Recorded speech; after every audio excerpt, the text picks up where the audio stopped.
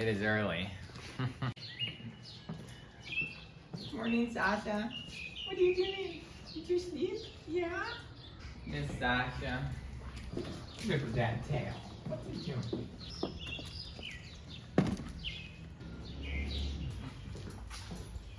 A box of screws. Really important. Yes. So today we are going to be working on installing the plates that hold the trusses in position. They hold them vertically as well as they keep them from blowing off in severe weather events like hurricanes that happen quite frequently. And up in the mountains, that area in the past has once been hit by, well, at least that I know of in the past, by a really, really strong hurricane that destroyed a lot of the hydro infrastructure and stuff. So it can definitely be needed to have very substantial mounting. So we're going to set the spacings and try to get them aligned just right so that when we go to set the trusses, everything goes really well. Wow. Yeah, I did a bunch of hard-boiled eggs in the Instapot. Which they're more like pressure cooked eggs, but people call it hard-boiled. What else? Oh, I have steak, yes. And the people like a steak. Yes, I support the cows in all their ways. All their ways.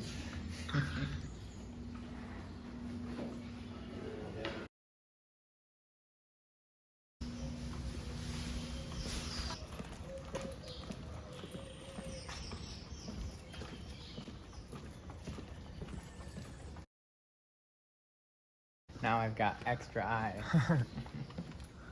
This spare tire seems to be out of air, so it'll be a whole lot of good to take that.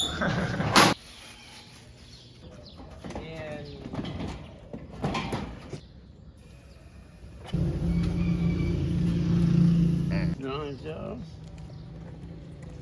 You have to stay. You have to take care of everyone here. Good job. All right. It seems the tire has a small air leak, so we've lost a little bit of pressure. Hopefully everything goes well.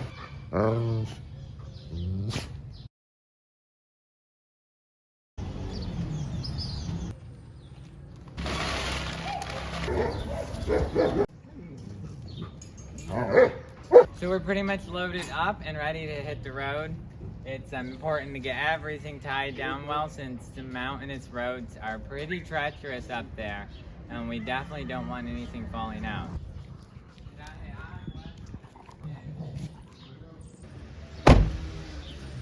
Oil checking.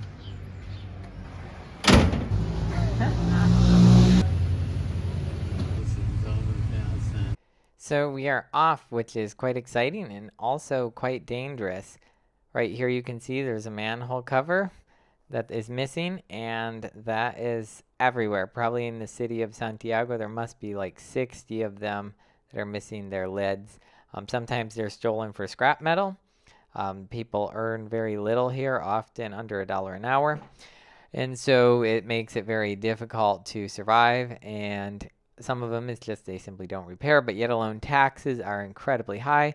Fuel prices are set by the government and like the monopolies they have, and so it makes for a very pricey transportation setup.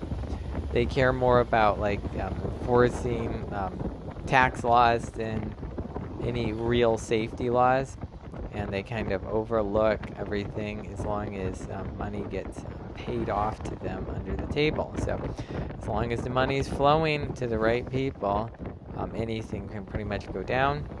In these countries, there's a lot of money laundering is what a lot of the businesses are. Not everything, but there is a good amount of that happening here. And it's definitely an amazing country in that the things that God has naturally given the country are beautiful. You know, the ocean, the beaches, the weather, the trees, even the people are very sweet and nice and kind and very friendly.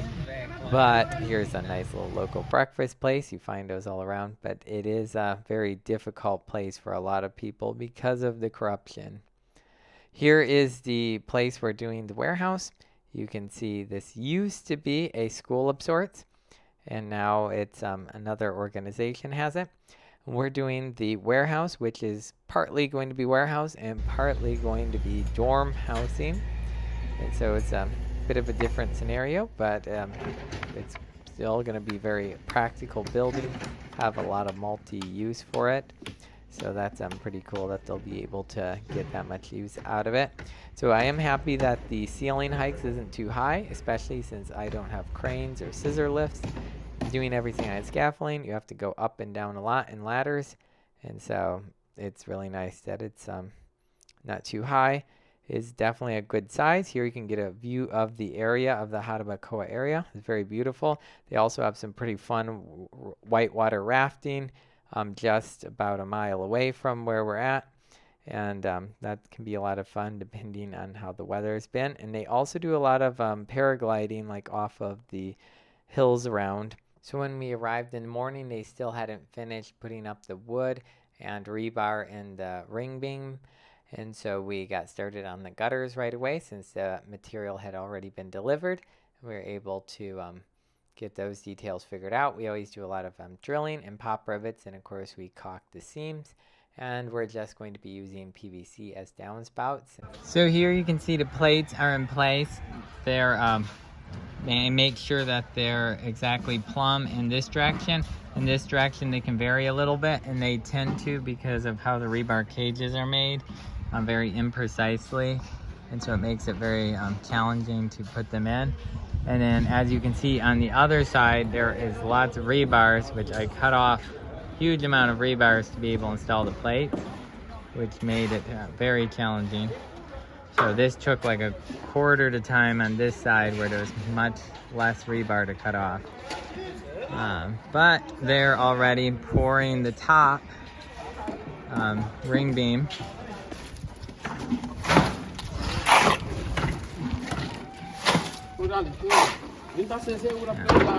So I thought this was a good time to go over the layout of the trusses.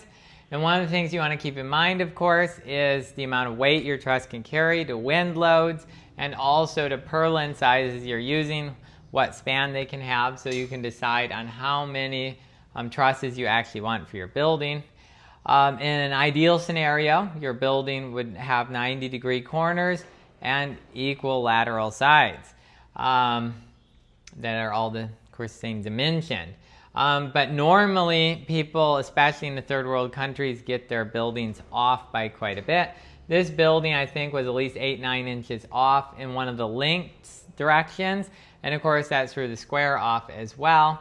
And so this one, over the 16 feet, was about, I think, 16 meters is about 6 inches out of square. So it made the center point when we put the roofing on.